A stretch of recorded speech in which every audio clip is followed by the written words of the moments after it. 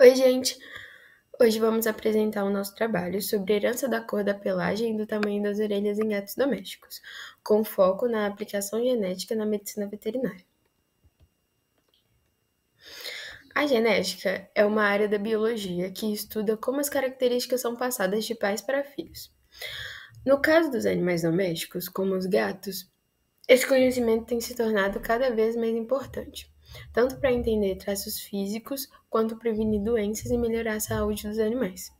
Escolhemos esse tema porque ele junta dois exemplos de herança mendeliana simples: a cor da pelagem, né?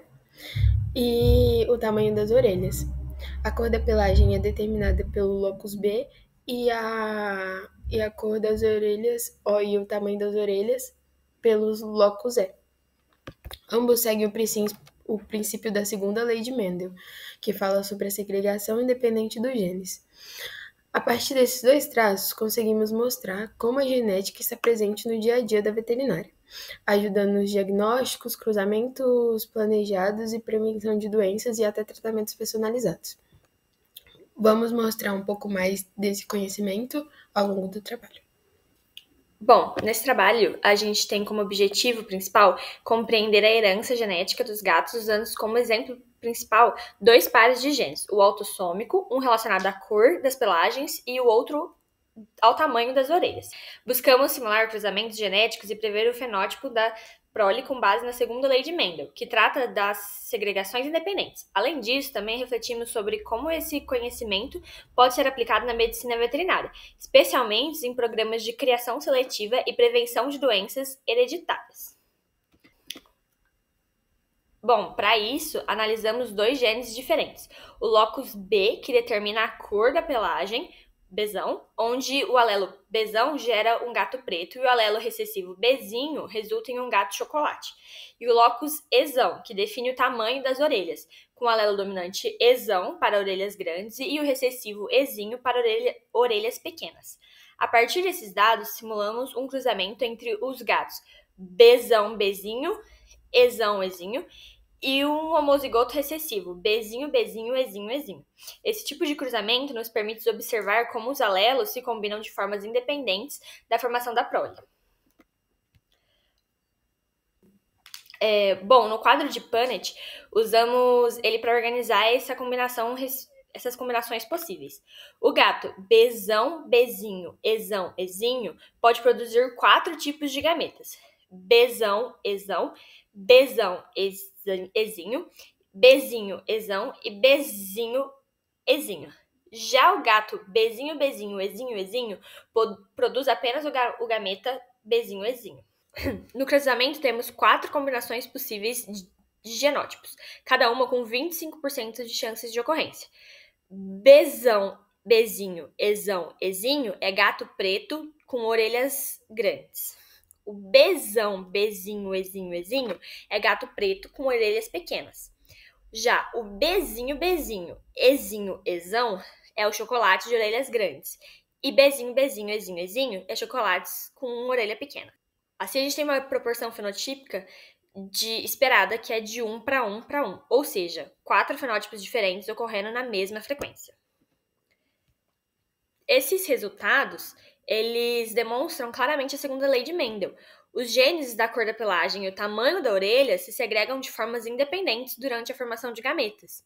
Cada combinação possível entre os alelos produz uma variedade diferente de fenótipos, e todas elas com a mesma chance de ocorrência, que é de 25%. Esse modelo ilustra como a genética básica é essencial na prática veterinária, seja para compreender as características de uma ninhada para evitar doenças hereditárias indesejadas, ou até mesmo para realizar cruzamentos seletivos com maior segurança e responsabilidade. Agora, a gente vai falar sobre as aplicações na medicina veterinária.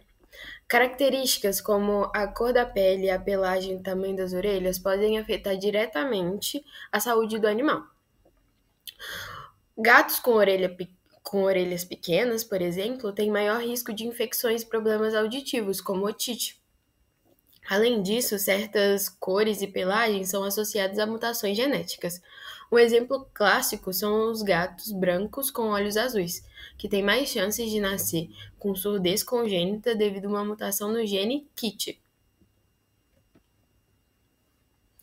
Agora, na medicina veterinária também temos a prevenção de doenças hereditárias.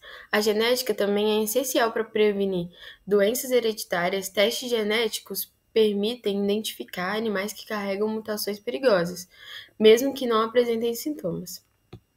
Com essas informações, é possível evitar cruzamentos entre portadores e prevenir doenças como cardiomiopatias ou distúrbios metabólicos, além de economizar um tratamento futuro.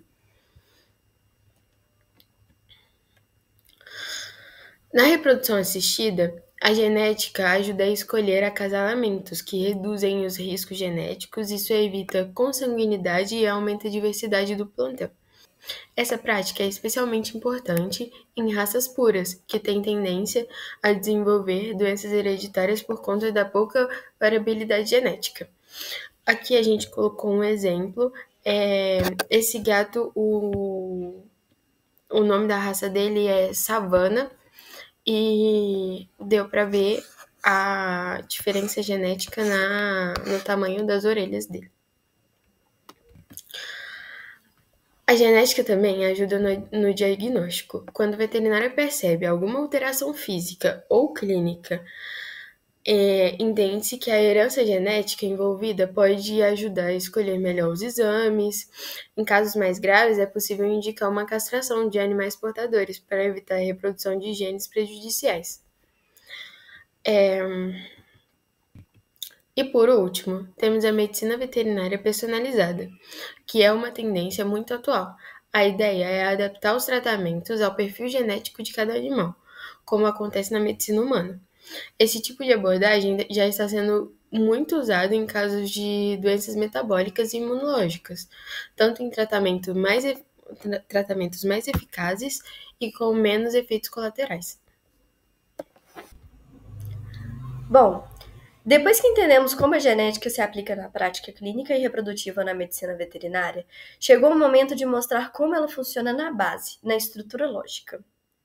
O nosso objetivo com esse trabalho foi usar um exemplo concreto, um cruzamento genético entre gatos, para aplicar os princípios da genética mendeliana, mais especificamente a segunda lei de Mendel, que trata da segregação independente dos genes. Mas mais do que apenas aplicar a lei, a proposta foi compreender como diferentes combinações genotípicas levam a variações fenótipicas previsíveis, e como esse conhecimento pode ser usado para tomar decisões práticas, tanto em reprodução quanto na prevenção de doenças. Para isso, nós construímos um cenário realista, com 2 pares de genes autossômicos não ligados, um responsável pela cor da pelagem, o locus B, e o outro pelo tamanho das orelhas, o locus E, que vocês já conheceram anteriormente. O mais interessante nesse tipo de cruzamento é perceber como ele ilustra, de forma clara e visual, um princípio que muitas vezes é abstrato quando estamos apenas na teoria. A segregação independente não é apenas um conceito. Ela tem implicações diretas na variabilidade genética, na diversidade fenotípica e, principalmente, na previsibilidade de características em animais de interesse zootécnico e clínico. Isso nos permite, por exemplo, antecipar padrões de herança, mesmo em casos mais complexos, planejar cruzamentos seletivos com base estatística e compreender por que certos fenótipos surgem ou desaparecem em linhagens específicas. Além disso, ao interpretar corretamente os genótipos parentais, evitamos surpresas indesejadas, como a manifestação de características associadas a doenças recessivas, o que é crucial tanto na clínica quanto na reprodução assistida. Encerrando a nossa apresentação, é importante destacar que esse trabalho foi uma oportunidade não apenas de aplicar os conceitos da genética mendeliana, mas também de desenvolver um olhar técnico, crítico e ético sobre a reprodução animal. Ao simular um cruzamento genético real e interpretar os resultados com base em dados, percebemos que a genética, quando bem compreendida, deixa de ser um conteúdo puramente teórico e passa a ser uma ferramenta poderosa do dia a dia do médico veterinário. Entendemos que conhecer o genótipo dos progenitores não serve apenas para prever características estéticas, como a cor da pelagem ou o tamanho das orelhas, que já citamos anteriormente, mas também para evitar a propagação de genes ligados a doenças hereditárias, o que contribui diretamente para a qualidade de vida e bem-estar dos animais. Além disso, esse trabalho nos mostrou que a variabilidade genética, muitas vezes vista como um simples resultado de cruzamentos, é, na verdade, uma estratégia natural de sobrevivência e adaptação, e que a intervenção humana nesses processos deve ser feita com responsabilidade e consciência.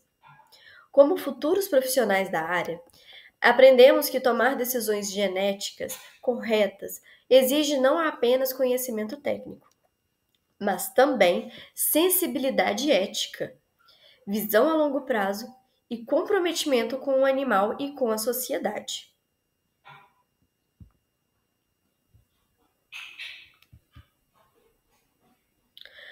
Por fim, podemos dizer que esse estudo nos ajudou a desenvolver um raciocínio genético mais sólido e aplicável, reforçando a importância de integrar ciência, prática clínica e empatia em tudo que fizemos. Bom, e essas foram algumas das referências que nós utilizamos para o nosso estudo. Gostaria de agradecer a todos pela atenção e esse foi o nosso trabalho.